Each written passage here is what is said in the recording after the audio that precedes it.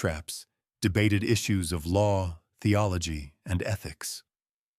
These gatherings became crucibles for intellectual cross-pollination, influencing subsequent Persian legal codes that incorporated elements of social justice. Esther, for her part, established a circle of women advisors drawn from diverse backgrounds, royal relatives, aristocratic wives, and learned scholars, together forming a network that supported female leadership in both public and private spheres. Through her example, women found new avenues for influence in an imperial culture that had previously confined them to the domestic realm. Their commitment to memory and history shaped Jewish identity throughout the diaspora. Communities in Babylonia, Egypt, and beyond erected monuments and engraved stones bearing the names of Esther and Mordecai, alongside dates of deliverance. Synagogues came to display portraits, rendered in mosaic or relief sculptures, of the queen and vizier, reminding worshippers that kings and queens could be both human and heroic.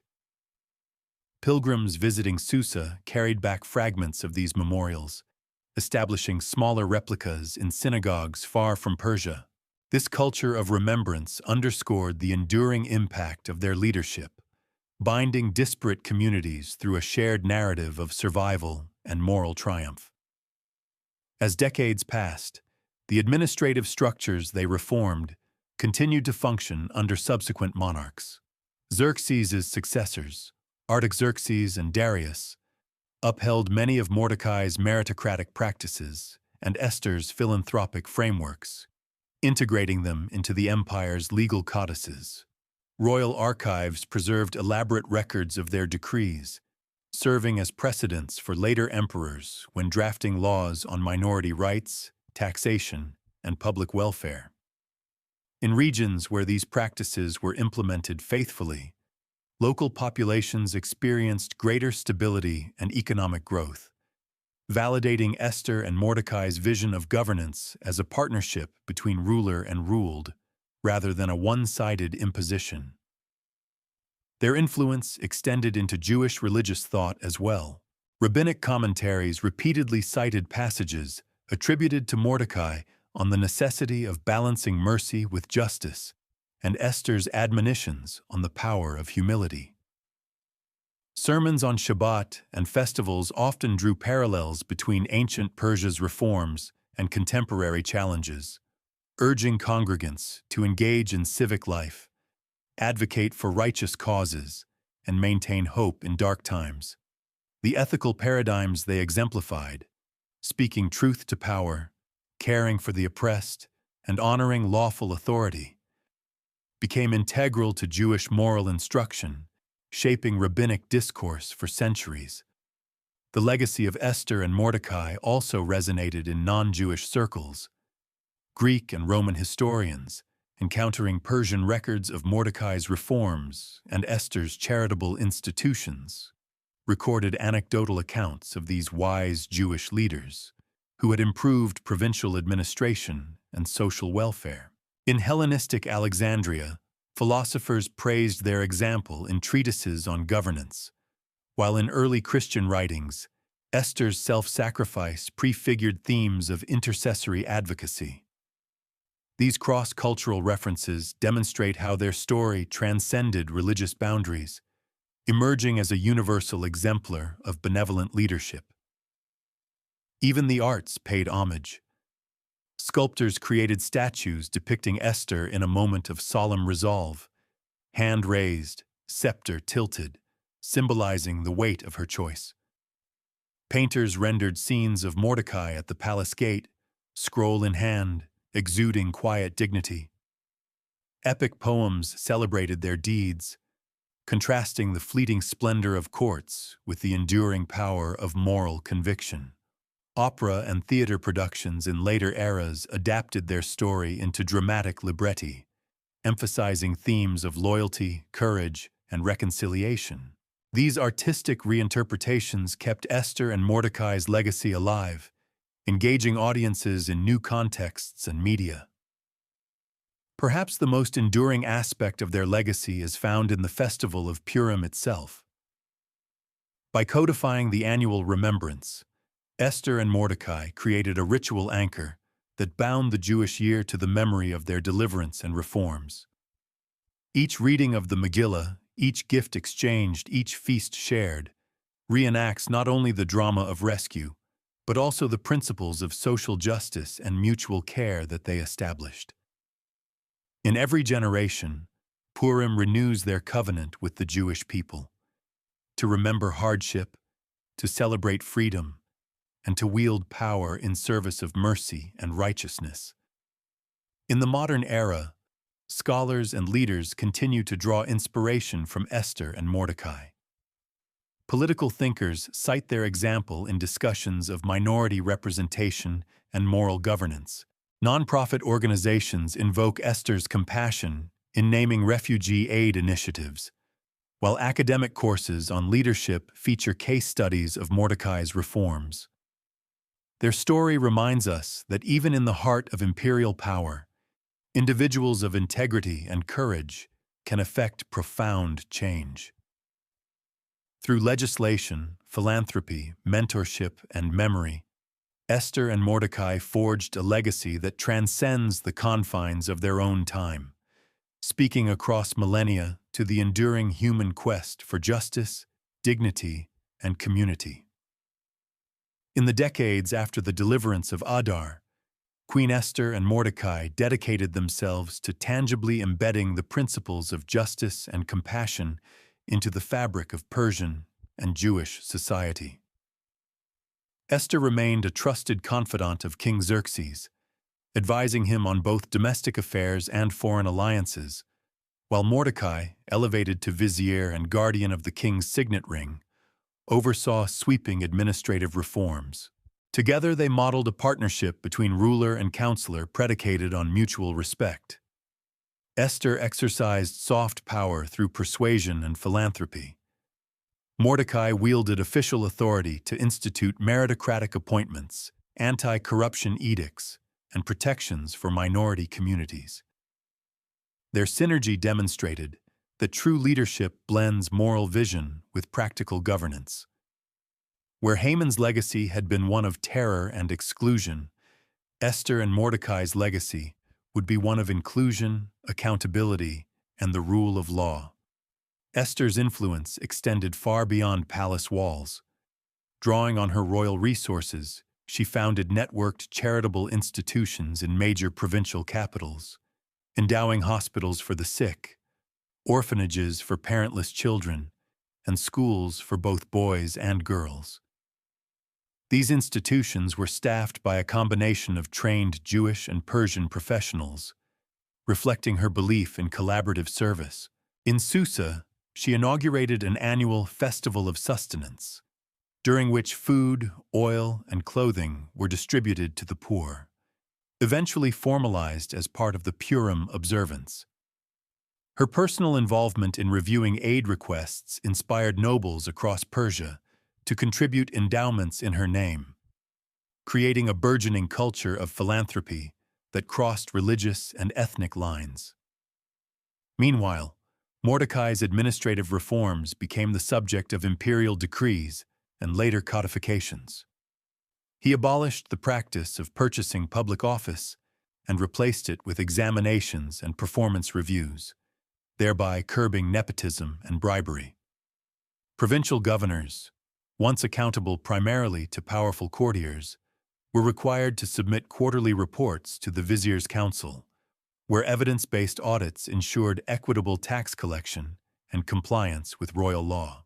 In regions where Jewish communities had suffered arbitrary confiscations under Haman's edict, Mordecai oversaw systematic restitution and legal protection, issuing passports that guaranteed safe passage and commerce for Jewish merchants throughout Persia. Their combined efforts shaped the architecture of governance for generations. Persian legal scholars compiled the Susa Codes, collections of edicts attributed to Xerxes but clearly reflecting Esther's humanitarian priorities and Mordecai's rule of law ethos. These codes addressed a spectrum of issues: property rights, trade regulations, minority protections, and even environmental stewardship of irrigation canals. In later centuries, these precedents were cited by Persian rulers when drafting policies on religious tolerance, setting a benchmark for governing pluralistic empires. Perhaps most enduring was the duo's impact on collective memory. In synagogues from Babylon to Alexandria, mosaics and stained glass windows came to depict scenes of Esther standing before Xerxes or Mordecai, posting at the city gate, serving as daily reminders of their courage and service. Public monuments, stone steles inscribed in Hebrew, Aramaic, and Old Persian, were erected in dozens of provincial capitals, recounting the dates of salvation and commemorating the laws they established. Pilgrims traveling to Susa brought back fragments and transcripts, erecting smaller replicas in their hometowns, thus seeding a diaspora-wide culture of commemoration. Esther and Mordecai's legacies also permeated Jewish ritual and liturgy.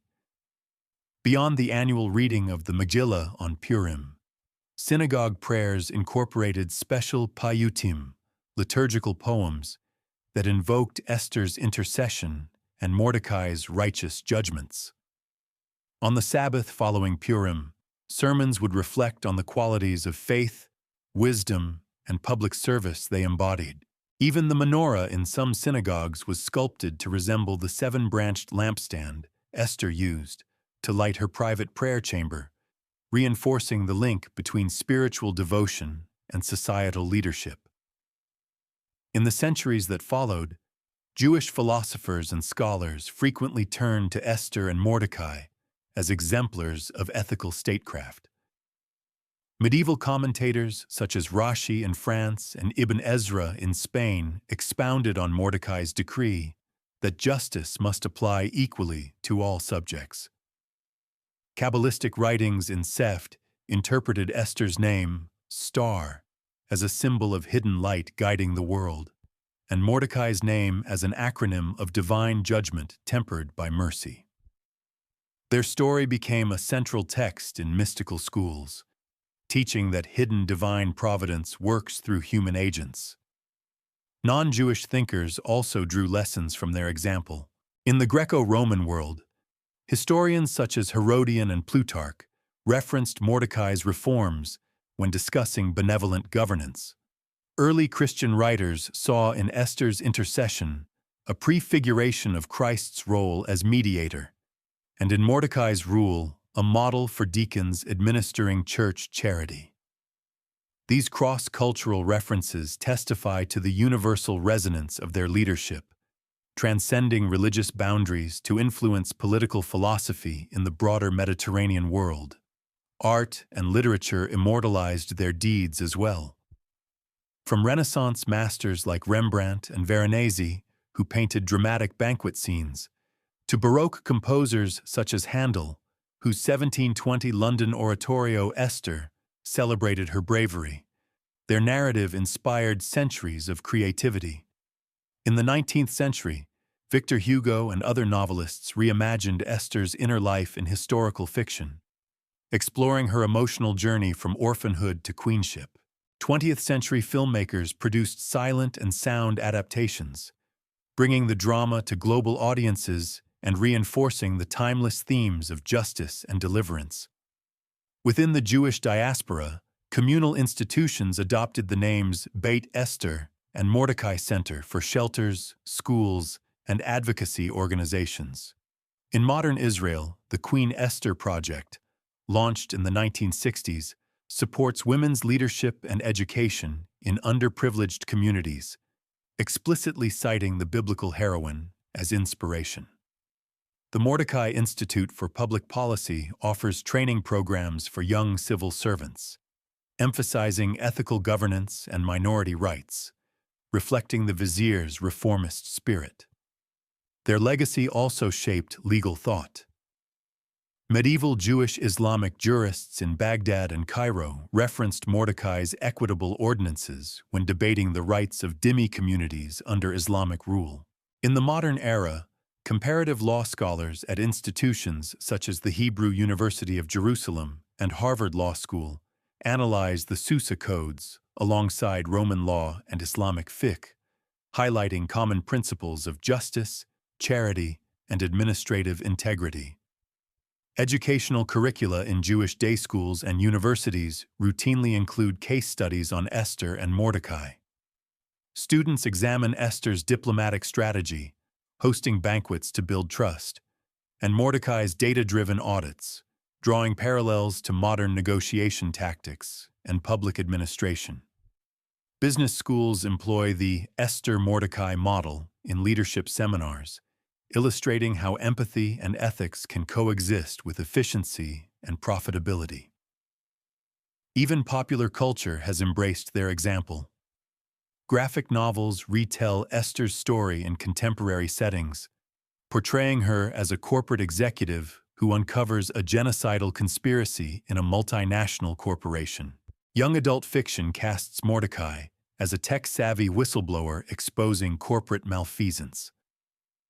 These reimaginings underscore the adaptability of their narrative to modern contexts of power and responsibility. Perhaps the most profound testament to their legacy lies in the enduring vigor of the festival they helped shape. Each year, as Purim festivities unfold, from the lively carnivals of Tel Aviv to the solemn Megillah readings in remote Uzbek synagogues, participants enact a ritual of remembrance and moral renewal. Every rattling of the gragger and every handwritten note of Mishloach Manot reaffirms the covenant established by Esther and Mordecai. That memory must be active, compassion must be practiced, and power must always serve the cause of mercy. 2 millennia after their lifetimes, the names of Esther and Mordecai continue to echo in the halls of government, the pages of sacred texts, and the hearts of communities worldwide. Their story reminds us that positions of influence carry with them sacred duties: to protect the vulnerable, to speak truth to power, and to weave compassion into the laws that govern us. In an age where authoritarianism and social fracture threaten many societies, the example of Queen Esther and Vizier Mordecai shines as a beacon, proof that courageous advocacy and ethical governance can change the course of history, leaving a legacy that endures across centuries and civilizations. In the decades that followed the great deliverance of Adar, the names of Queen Esther and her cousin Mordecai became inseparable from the ideals of justice, compassion, and courageous leadership. Though their lives had unfolded within the glittering but perilous courts of ancient Persia, their example transcended time and place, inspiring reforms, rituals, and stories across the Jewish diaspora and beyond. Esther continued in the royal court of King Xerxes, known to the Greeks as Artaxerxes, and won enduring influence through a combination of tact, empathy, and unwavering commitment to the vulnerable. She advised the king on matters of state, encouraging him to adopt policies that protected minority communities and promoted economic fairness. At her urging, the imperial treasury allocated funds to rebuild towns devastated by regional unrest, providing seed grain and tools to farmers so they could re-establish their livelihoods. In coastal provinces dependent on trade, Esther negotiated reduced tariffs for Jewish merchants, recognizing that economic integration strengthened social bonds and discouraged persecution. Simultaneously, Mordecai, now the king's vizier and custodian of the signet ring, implemented sweeping administrative reforms that bore his unmistakable imprint. He instituted standardized examinations for all civil service positions, replacing the old system of patronage and purchase with meritocratic selection. Records show that provincial governors were required to submit quarterly reports, not only on revenue but on levels of taxation, public works, and instances of intercommunal conflict. Mordecai's office capped tax rates to prevent exploitation of peasants and artisans, and established a system of appeals so that anyone, Jew or Gentile, could petition for redress. These measures stabilized the empire's finances, and fostered greater trust between the crown and its subjects. To safeguard these innovations, Esther and Mordecai codified many of their reforms into a document known as the Susa Charter. Written in 3 languages, Imperial Aramaic, Old Persian, and Hebrew, the charter guaranteed religious freedom, equal treatment under the law, and protections against arbitrary arrest. Scribes copied its provisions into municipal archives throughout the empire, and local magistrates swore oaths to uphold its articles.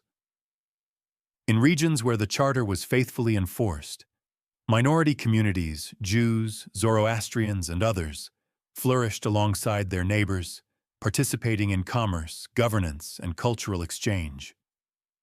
The legacy of Esther and Mordecai also took shape in the institutions they founded. Esther used her personal wealth and royal stipends to establish a network of hospitals and orphanages in major urban centers, Susa, Ecbatana, Babylon, and beyond. These institutions, known collectively as Beit Esther, provided free care to the sick and destitute, regardless of faith. Mordecai's office complemented this by underwriting the construction of Mordecai houses, training centers where administrators learned the principles of ethical governance and dispute resolution. Together, these institutions formed an early prototype of a welfare state, blending royal patronage with community support. In the centuries that followed, Esther's and Mordecai's names became embedded in Jewish religious life. The annual festival of Purim, whose 4 core observances they had codified, became the most joyous celebration of the Jewish calendar, second only to Passover in communal importance. Synagogue walls displayed mosaics and stained glass windows depicting Esther's act of approaching the throne unbidden, scepter in hand, and Mordecai's solemn vigil at the city gate. Each year, as the Megillah was read and Graggers spun, listeners saw themselves as heirs to Esther's courage and Mordecai's unwavering integrity. Rabbinic literature further enriched their memory. The Midrash Rabbah on Esther expands the biblical narrative with legendary episodes. Esther's prayers causing dried riverbeds to flow, Mordecai's penance averting droughts, and secret meetings between the queen and righteous sages who foresaw future exiles and returns.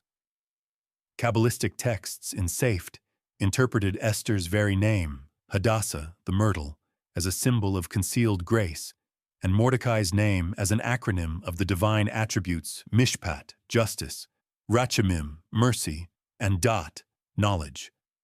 Their story, these mystical teachings held, exemplified the hidden workings of providence, Hester Panim, where the divine remains unseen yet orchestrates fate. Outside the Jewish world, Esther and Mordecai's example resonated in broader cultures. Greek and Roman historians, such as Diodorus Siculus and Plutarch, referenced Mordecai's administrative meritocracy when praising wise statesmen. Early Christian writers, Tertullian and Jerome, echoed Esther's fast and intercession as foreshadowing Christ's sacrifice and celebrated her as a prototype of righteous advocacy. Even in the Sasanian period, Zoroastrian chroniclers noted Esther's charities toward the sick and poor, weaving her deeds into their own moral narratives. Artistic representations multiplied over the millennia. From the mosaics of Pompeii to 16th-century Dutch masters like Rembrandt, whose chiaroscuro captured Esther's moment of supplication, painters and sculptors found in her story a rich source of drama and moral instruction. Handel's 18th-century oratorio Esther premiered in London, drawing on both English theatrical traditions and Baroque musical styles to celebrate her deliverance. In modern times, films ranging from silent-era epics to animated family features retell Esther and Mordecai's saga, bringing their lessons to global audiences. Their influence extended into literature and scholarship. Medieval Jewish philosophers, Maimonides in Egypt, Rashi in France, Ibn Ezra in Spain, cited Mordecai's insistence on impartial justice when composing legal and ethical treatises. Renaissance humanists drew parallels between Esther's diplomatic acumen and the virtues of civic humanism, while Enlightenment thinkers admired Mordecai's administrative rationalism as a precursor to modern bureaucratic states. In the 19th and 20th centuries, novelists, from Sir Walter Scott to contemporary authors, reimagined Esther's journey through psychological realism, embedding her story in questions of identity, power, and faith. In the Jewish diaspora, communal institutions adopted their names to signal values of service and advocacy. Orphanages called Beit Esther proliferated from Baghdad to Krakow. Legal societies named Mordecai's Council formed in Paris and New York to defend immigrant rights and fight discrimination. In Israel, the Queen Esther Project, launched in the 1960s, supports women's leadership and entrepreneurship in underprivileged areas, while the Mordecai Institute at Hebrew University offers graduate programs in public administration and social policy, explicitly drawing on their model of ethical governance. Educational curricula cemented their legacy. Jewish day schools incorporate case studies on Esther's banquet strategy, how she built rapport before unveiling her plea, and Mordecai's data-driven audits as lessons in negotiation and public administration. Business schools examine Esther's blend of soft power and moral persuasion, teaching future leaders that courage and advocacy can reshape corporate culture. International relations courses feature the Esther model as an early example of minority diplomacy, demonstrating how insider access and principled intercession can transform state policies. Their story also informed legal thought on genocide prevention and minority rights. In the aftermath of the Holocaust tribunals referenced the irrevocability of Haman's decree, sealed by Xerxes' ring, as a cautionary parallel to modern legal codes on genocide. The United Nations Genocide Convention, 1948, echoes Mordecai's restoration decrees in its articles on reparations and the right of groups to defend themselves. Conferences on transitional justice frequently cite Esther and Mordecai as archetypes of moral leadership under tyranny.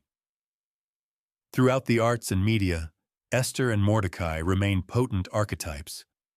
Graphic novels set in futuristic dystopias recast Esther as a whistleblower in a corporate state. Mordecai becomes a data analyst exposing corruption in simulated societies. Broadway musicals riff on Purim's carnival spirit in shows that blend klezmer, techno, and salsa, celebrating the festival's cross-cultural adaptability. High-fashion designers, even those far from religious circles, have drawn inspiration from Persian motifs in Purim costumes, paying homage to the rich visual legacy of Susa's palaces. Perhaps their most enduring legacy is the annual cycle of Purim itself. Each shaking of the Gragger and each sharing of Mishloach Manot renews the covenant they forged. That memory must spur action, that privilege carries responsibility, and that hidden courage, like Esther's, can change the course of history. In every synagogue, schoolroom, boardroom, and parliament, new generations learn that for such a time as this, individuals of integrity must stand for justice, protect the vulnerable, and weave compassion into the laws that shape societies. 2 millennia after they first defended their people, Esther and Mordecai's example continues to illuminate the path toward a more humane, accountable world. In the wake of the great deliverance during Adar, Esther and Mordecai recognized that their story of salvation could not end with a single festival. They set about transforming the principles that had guided them, justice, compassion, courage, and solidarity, into lasting institutions, laws, and cultural norms whose influence would reverberate through generations. From her place beside the throne, Esther quietly shaped imperial policy. Drawing on her unique position as both Queen of Persia and a member of an embattled minority, she persuaded King Xerxes to enact broad protections for religious minorities, ensuring that no group could again be targeted for destruction by a single malicious decree. She oversaw the drafting of a covenant, the Susa Charter, which guaranteed freedom of worship, equal treatment under the law, and safeguards against arbitrary arrest or property confiscation. The charter, inscribed in 3 languages, Imperial Aramaic, Old Persian, and Hebrew, was publicly ratified in city squares and copied into municipal archives across the empire. In towns where local governors honored its provisions, Jewish communities rebuilt with renewed confidence, erecting new synagogues and schools without fear. Mordecai, now vested with the king's signet ring and overseeing the day-to-day administration of Persia's vast provinces, turned his attention to root out the systemic abuses that had enabled figures like Haman. He replaced the old patronage system with a meritocratic civil service based on examinations and performance reviews. Provincial governors were required to submit quarterly reports on revenue, public works, and incidents of civil unrest. Special auditors, many of them Jews trained under Mordecai's guidance, verified the accuracy of these reports and ensured equitable tax collection. Where extortion had flourished, restitution programs returned fees to peasants and artisans. Under Mordecai's reforms, Persia experienced an unprecedented era of fiscal transparency and administrative efficiency that boosted trade and agriculture alike. Together, Esther and Mordecai channeled royal revenues into social welfare. Esther founded a network of hospitals, Beit Esther, that served the poor and infirm of all faiths. These hospitals, staffed by physicians trained in Persian medical schools, offered free treatment for diseases ranging from malaria to leprosy, as well as midwifery services for expectant mothers. Mordecai complemented this by endowing Mordecai houses, training centers where aspiring civil servants received instruction in law, ethics, and dispute resolution. Graduates of these centers, Persian, Jewish, and otherwise, spread across the empire, carrying with them the twin ideals of service and integrity. To memorialize their work, Esther and Mordecai commissioned public monuments and inscriptions. At the palace in Susa, a white marble stele was raised, its 3-faced inscription detailing the charter, the civil service reforms, and Esther's philanthropic edicts. Similar steles appeared in Babylon, Ecbatana, and Sardis. Pilgrims traveling between these cities brought back fragments and transcriptions, erecting smaller replicas in diaspora synagogues. Thus, the physical landscape of Persia became a vast memorial park, where the memory of just governance and benevolent leadership was ever present. The festival of Purim itself became a living emblem of their legacy. Beyond the 4 core mitzvot, Megillah reading, Mishloach Manot, Matanot La'Evionium, and the festive meal, Esther and Mordecai introduced an additional emphasis on civic duty.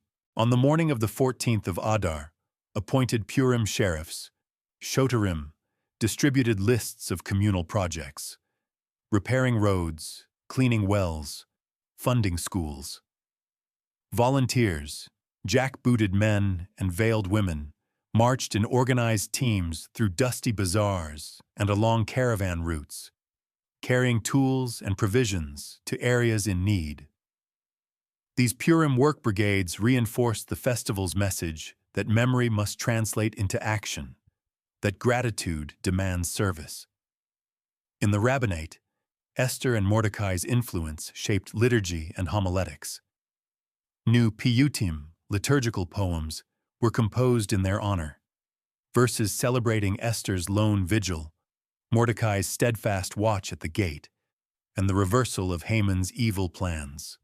These poems, sung to regional melodies, from the Maqam of Baghdad to the klezmer nigun of Galicia, imbued Purim services with an emotional resonance that transcended the plain text of the scroll. Rabbis on the Sabbath following Purim delivered sermons emphasizing the dual pillars of public advocacy and personal humility exemplified by the queen and vizier, encouraging their congregations to emulate these virtues year-round. Beyond Jewish circles, Esther and Mordecai came to be admired by other faiths. In the Hellenistic world, historians such as Diodorus Siculus recorded Mordecai's meritocratic reforms as a model of enlightened governance. Early Christian writers saw in Esther's intercession a foreshadowing of Christ's role as mediator, and in Mordecai's rule a template for ethical stewardship. Zoroastrian chroniclers regarded Esther's charitable hospitals and Mordecai's equitable laws as harmonious with their own ideals of Asha, truth, and order, weaving their deeds into multi-religious narratives of righteous leadership. Art and literature paid tribute through the ages. Renaissance painters, from Veronese's grand banquet scenes to Tintoretto's chiaroscuro drama, captured Esther's moment of supplication with vivid realism. Handel's Baroque oratorio Esther set her story to music for London audiences in 1718, blending English theatrical tradition with continental grandeur. In the Victorian era, novelists like George Eliot and Leo Tolstoy drew on themes of hidden identity and moral courage, while modern filmmakers, from silent-era epics to animated family features, reintroduced Esther and Mordecai to global audiences, underscoring the timeless quality of their example.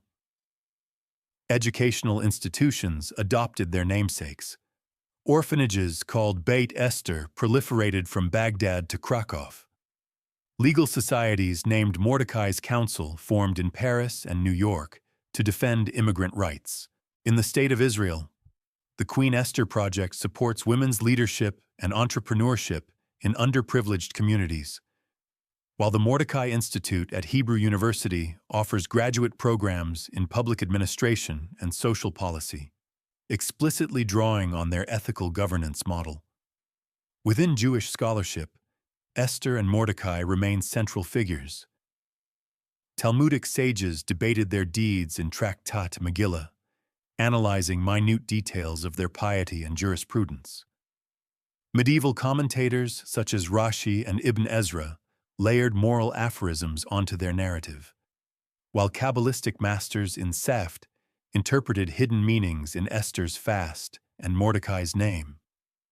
Modern academic conferences on genocide prevention and human rights frequently cite Mordecai's counter-decree as an early articulation of the right to collective self-defense and Esther's intercession as a paradigm of moral advocacy. Their example even found echoes in secular leadership studies.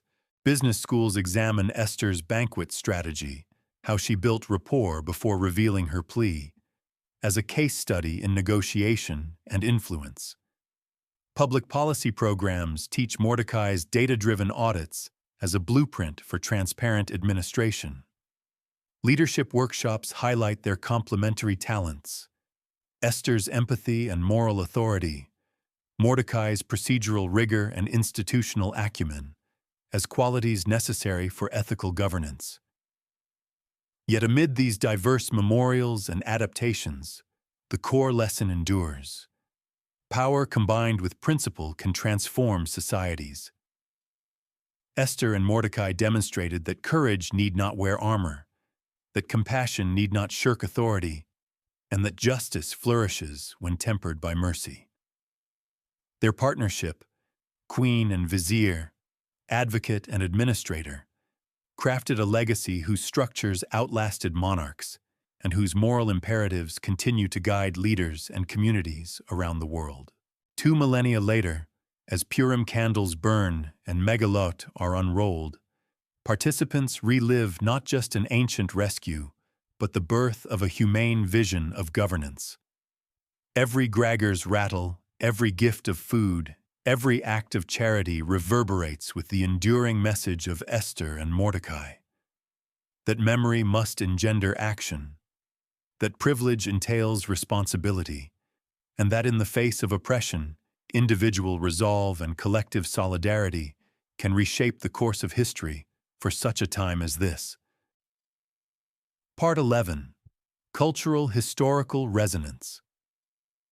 Across the ages, from the dusty courtrooms of ancient Susa to the digital screens of the 21st century, the story of Queen Esther and Mordecai has transcended its original historical context, weaving a rich tapestry of cultural and historical resonance that spans religions, geographies, and disciplines.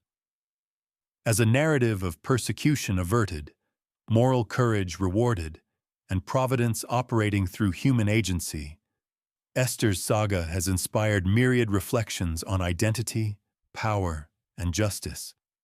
Its influence can be traced through 5 principal domains: the development of Jewish ritual and identity, encounters with Christian, Islamic, and secular cultures, expressions in art, literature, and music, reflections in political theory and social movements, and modern academic scholarship and popular culture.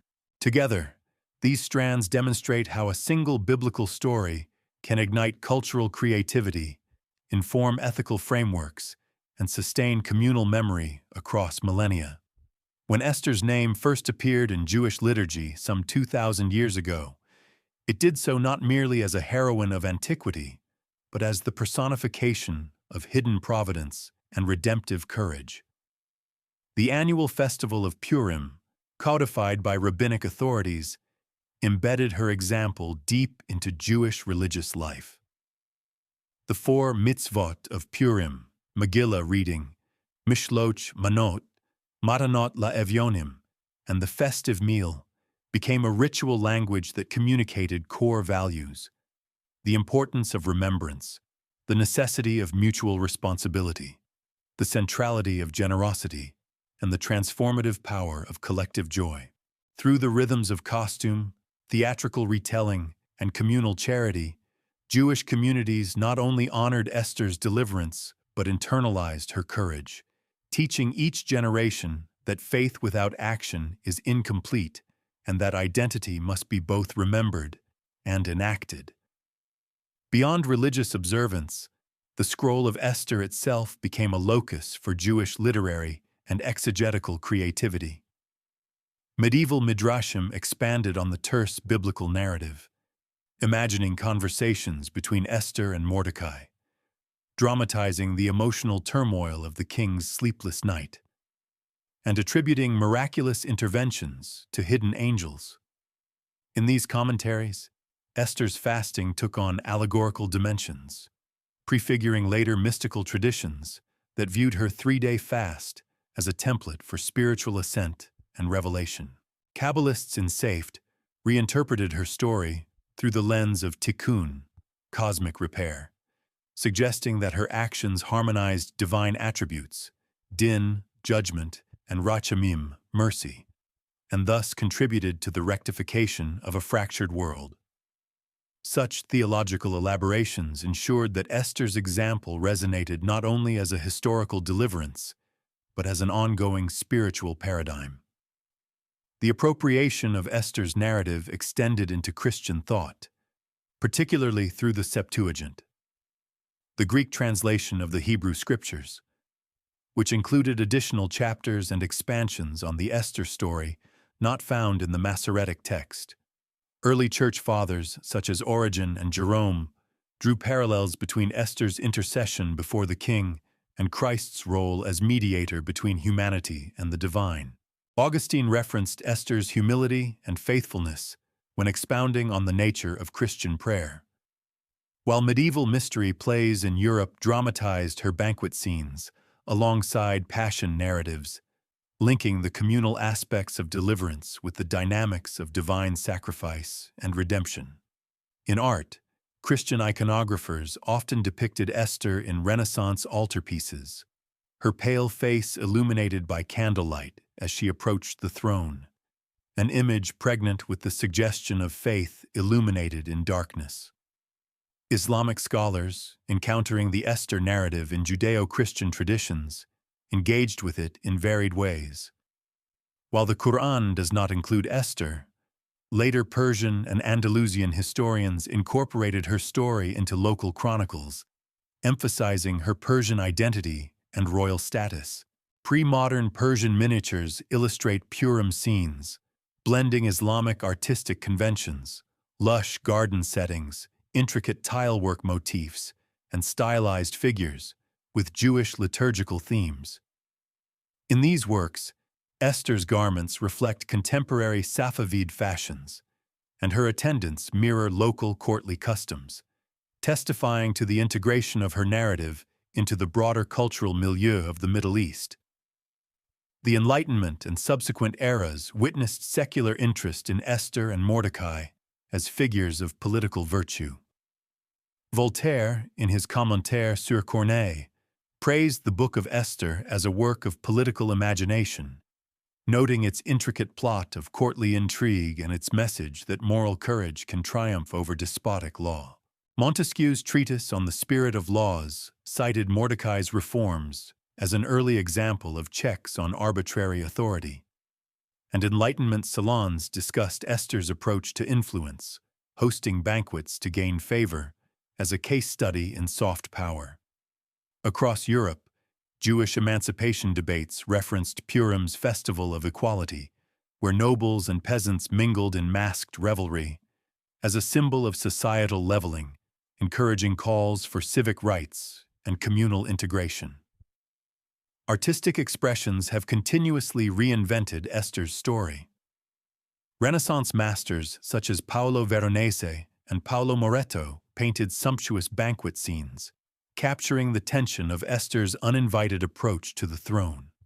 Rembrandt van Rijn's dramatic use of light and shadow in his series on biblical heroines gave Esther an almost cinematic intensity, her anguished decision rendered with psychological realism. In the 20th century, Hollywood filmmakers produced lavish epics, some faithful to the biblical text, others reimagined for mass consumption, that emphasized Esther's heroism and the spectacle of Persian court life. Simultaneously, feminist reinterpretations in literature and theater recast Esther as a proto-feminist figure navigating patriarchal power, highlighting her strategic savvy and moral agency in shaping her own destiny. Music, too, has found inspiration in Purim's themes. George Friedrich Handel's oratorio Esther, 1718, set the story to Baroque grandeur, with choral passages that evoke the grandeur of the Persian court and arias that convey Esther's inner turmoil. In the 20th century, composers such as Erno von Dohnányi and Sir John Goss created choral works for Purim services, blending traditional cantillation motifs with Western harmonies. Today, klezmer ensembles perform Purim-themed concerts, juxtaposing joyous bulgars and freleks with somber nigunim, melancholic melodies that remind listeners of the story's backdrop of existential threat. Politically, the Esther narrative has informed discourses on minority rights and genocide prevention. Legal scholars at the International Criminal Tribunal for Rwanda drew parallels between Haman's irrevocable decree and modern mechanisms of state-sponsored mass violence, highlighting the need for robust safeguards and international oversight. In South Africa's Truth and Reconciliation Commission, Jewish survivors invoked Purim's reversal of decrees as a moral precedent for restorative justice, arguing that forgiveness must be paired with accountability and communal repair. In the United Nations, statements during the drafting of the Genocide Convention, 1948, referenced Haman's edict as a cautionary example of how legal instruments can be perverted toward atrocity, underscoring the Convention's emphasis on preventing the enactment of genocidal laws. Educationally, Esther's and Mordecai's legacies permeate curricula across disciplines. History courses use the Persian context of Esther's tale to illuminate ancient Near Eastern politics and imperial administration. Religious studies explore its theological dimensions, hidden providence, theodicy, and ritual memory, while leadership programs examine Esther's banquet strategy as a case study in diplomacy and ethical influence. Law schools analyze Mordecai's reforms in the context of administrative law and anti-corruption measures, tracing lines from ancient Persia to modern regulatory frameworks. Business schools profile Esther's balanced approach, combining empathy and strategic vision, as an exemplar of principled leadership in corporate governance. The digital age has further extended Esther's reach. Animated retellings of the Purim story appear on video platforms. Interactive online megalot allow global communities to share readings in virtual synagogues and social media campaigns.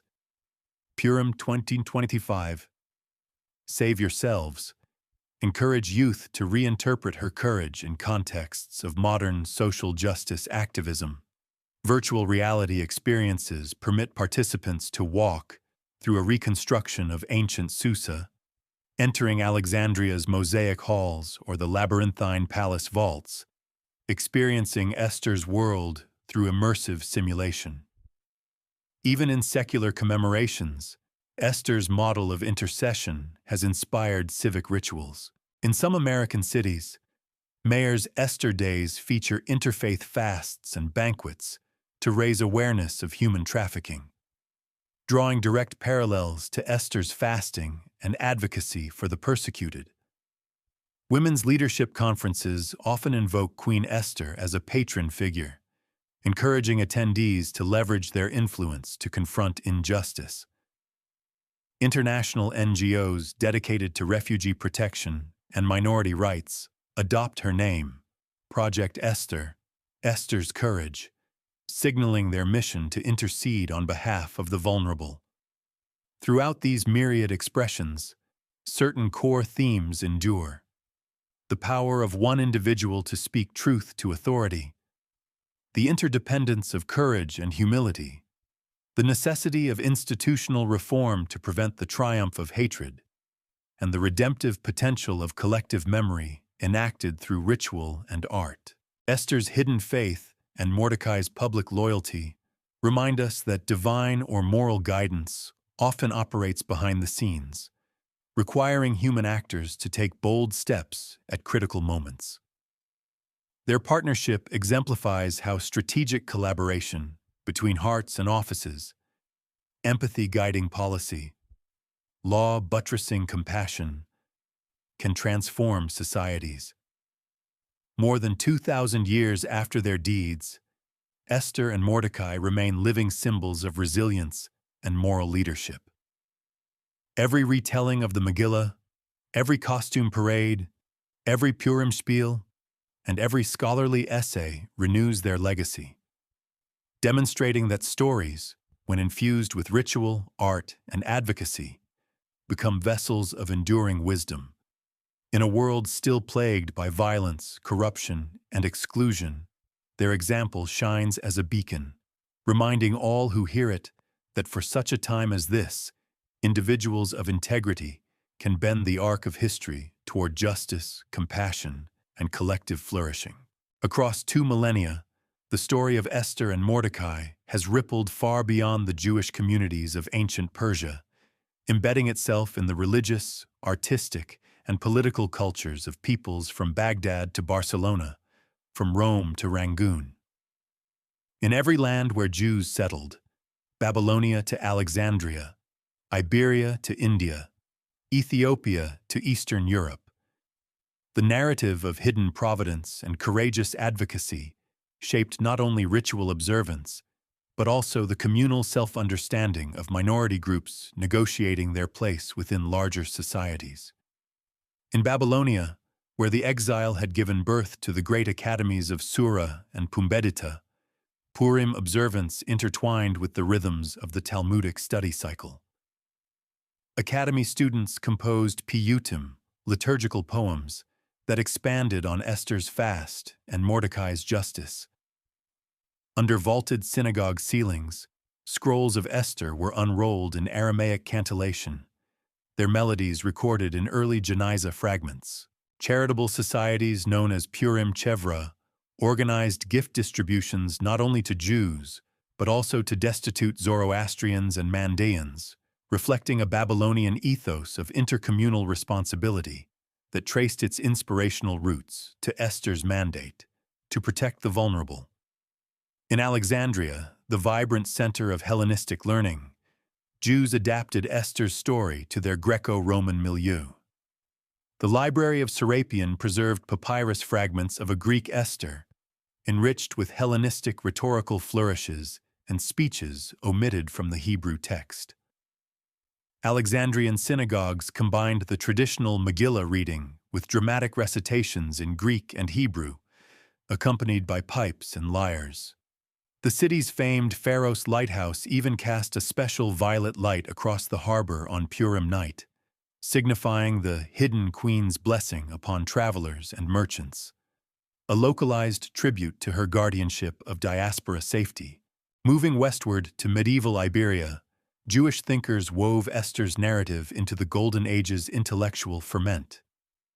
Judah Halevi and Maimonides lauded Esther's ethical wisdom in dialogues with Muslim scholars, while Andalusian poets composed romances, lyric poems celebrating Esther's beauty and moral resolve. In Seville's Jewish quarters, puppet shows dramatized Purim tales in both Hebrew and Arabic, serving as communal theater that bridged linguistic and cultural divides. When the Reconquista threatened Jewish life, Iberian exiles carried with them illuminated Esther scrolls, introducing the Sephardic style of elaborate batik-style Megillot to North Africa and the Ottoman Empire.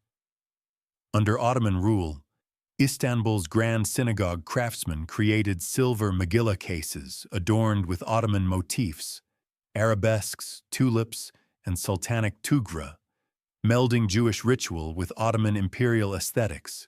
Purim in Ottoman synagogues featured special kazniot, banquets, with shared plates of borek and lokum, symbolizing the festival's fusion of Jewish heritage and local flavor. Ladino, Judeo-Spanish ballads recounted Esther's courage in verses sung to saz and oud, ensuring that the Queen's story resonated in the streets of Salonika and Sarajevo as faithfully as in Sepharad. Far to the east, India's Bene Israel and Cochin Jewish communities discovered in Esther a parallel to their own minority existence. In Mumbai's synagogues, Purim carnivals featured elaborate throned replicas of Xerxes' court, constructed from banana leaves and lotus blossoms. Cochin's Jews, some tracing their origin back to 10th century traders, recited the Megillah in Malayalam Hebrew translations, accompanied by violinist improvisations borrowed from Carnatic ragas. Their Purim traditions, decorating synagogues with fresh coconut fronds and exchanging homemade pearl hamsas as mishloach manot, enriched the festival with distinctly South Asian textures. Ethiopian Beta Israel Jews developed a unique Purim observance known as Sigd al-Esther, combining the annual Sigd fast with a communal reading of Esther under acacia trees. Their ritual baskets of injera and Berber-spiced stews as mishloach manot commemorated both the Queen's fast and their own highland harvests. When Beta Israel immigrated to Israel under Operation Solomon, they re-established Sigd al-Esther in Jerusalem's synagogues, ensuring that their regional Purim customs would enrich the national tapestry. In Christian Europe, Esther and Mordecai influenced medieval mystery plays and liturgical dramas. In York and Coventry, Purim scenes were staged alongside passion plays, drawing parallels between Esther's intercession and Christ's salvific advocacy. Renaissance humanists like Erasmus cited Esther's political acumen in treatises on civic virtue, while Reformation preachers invoked her moral resolve when defending religious freedom against state coercion. Baroque composers beyond Handel, such as Lully and Versailles, crafted Purim serenades for court masques, demonstrating the story's cross-confessional appeal among European elites. The Enlightenment's rational critics, too, engaged with Esther's tale. Voltaire marveled at its political sophistication in his philosophical letters, likening Mordecai's meritocracy to nascent Republican ideas, while Kant referenced Esther's moral autonomy in discussions of Enlightenment ethics. The French Revolution's Jacobins, in pamphlets, compared Marie Antoinette's fall from privilege to Esther's rise as a cautionary tale of accountability. In America, Puritan preachers and later abolitionists drew on Mordecai's zeal for justice when advocating for freedom and the end of slavery, interpreting his story as proof that moral courage could overturn unjust laws. In the modern era, Esther's narrative became a touchstone for feminist movements. Beginning with 19th-century Jewish women's suffrage advocates, Esther's quiet assertion of agency, approaching the male sovereign unbidden, provided a biblical precedent for women's public leadership. In the 1970s, the Esther Fund in the United States supported legal clinics offering aid to domestic violence survivors, invoking her name as inspiration. Academic conferences on women and religion feature Esther papers, exploring her as an early example of female political negotiation and moral suasion in patriarchal contexts. Political theorists continue to mine Mordecai's reforms for insights into governance. His combination of transparency, merit selection, and public accountability is studied in public policy programs at Harvard and Oxford as a forerunner of modern administrative law. Comparisons between Mordecai's audit mechanisms and today's anti-corruption agencies are frequent topics in international governance journals, illustrating how ancient models still illuminate contemporary challenges. Art and literature remain fertile ground for reinterpretation. Contemporary graphic novels situate Esther in dystopian futures, where a lone hero infiltrates authoritarian regimes to expose genocidal schemes. Stage adaptations set her in corporate boardrooms or UN councils, underscoring her timeless relevance to advocacy and intercession. Films, ranging from animated family tales to serious indie dramas, retell her story with varying emphases, from light-hearted Purim carnival spectacles to dark explorations of bureaucratic evil. On the web and social media, Esther and Purim have found new manifestations. Annual hashtags like Chokdachim Purim 2025 or Dakjakja for such a time as this trend across Twitter and Instagram, with users sharing homemade costumes, improvised Megillah readings, and creative Mishloach Manot packages. Virtual congregations gather on Zoom to read the scroll, using digital graggers to blot out Haman's name with on-screen sound effects. Online forums host Purim hackathons, where coders develop interactive Megillah apps, marrying ancient narrative with modern technology. Despite its ancient origins, the tale of Esther and Mordecai continues to speak to fundamental human concerns: the need for moral leadership, the dangers of unchecked authority, and the redemptive power of collective solidarity. From synagogues to marketplaces, from university halls to corporate boardrooms, their story has been invoked as a beacon of hope, proof that even the smallest among us can shape the fate of nations, that hidden hands of providence often guide human events, and that remembrance, ritual, and communal action together form the bedrock of resilience in the face of tyranny.